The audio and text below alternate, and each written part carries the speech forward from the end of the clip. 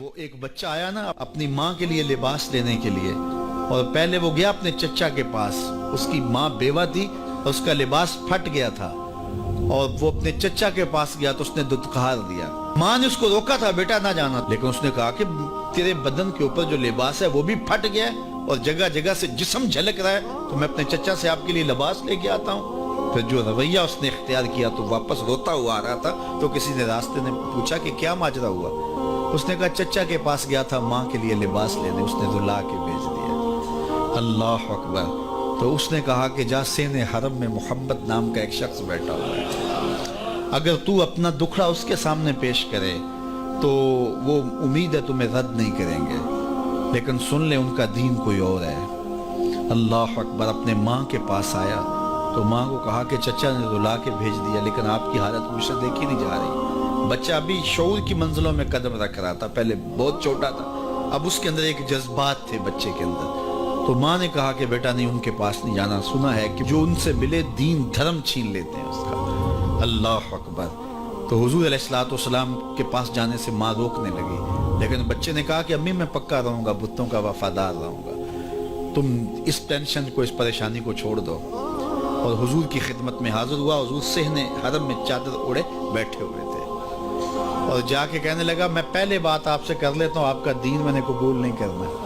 حضور مسکرا کے بولے بیٹا بتاؤ کس لیے آئے ہو؟ کہا میری ماں بے لباس ہے، میں آپ سے لباس لینے آیا ہوں. حضور نے چادر رحمت اتار کے اس کے کندھوں پہ ڈالا. اللہ اکبر. وہ واپس آ گیا اور ماں پر حضور کی چادر اڑائی. اللہ اکبر.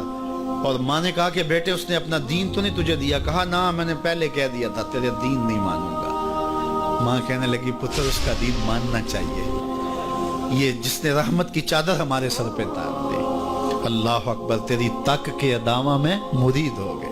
اس بوڑھی عورت کا قصہ بھی آپ نہیں بھول سکتے، جو گھر کا سامان باندھ کے اپنے دروازے پہ بیٹھی ہوئی تھی، اور اس نے سنا تھا مکے میں ایک جادوگر آیا ہے جسے ملتا ہے اس کا دین چھین لیتا ہے. کہیں ایسا نہ ہو کہ کہیں اس سے ملاقات ہو جائے اور وہ دین ہی میرا چھین لے، مجھے شہر چھوڑ دینا چاہیے. گھر کے تھڑے کے اوپر سامان باندھ کے بیٹھی ہے. حضور بھی گزرے، اس نے دیکھا تو کہا بھتیجے یہ سامان میرے سر پہ رکھ دے. حضور نے سامان اٹھایا، دیکھا تو بوجھل تھا، وزنی تھا، اور بڑھیا کو دیکھا تو کمزور تھی. تو کہا کہ بڑھیا اگر چاہو تو جہاں چاہتی ہو، میں خود نہ چھوڑا.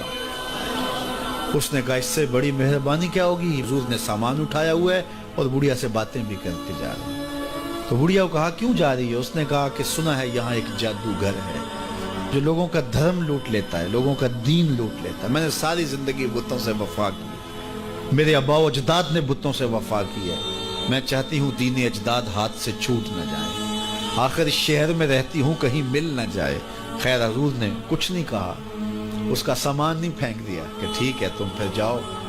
سامان اس کا اٹھایا اور جہاں تک اس نے جانا تھا سامان پہنچایا.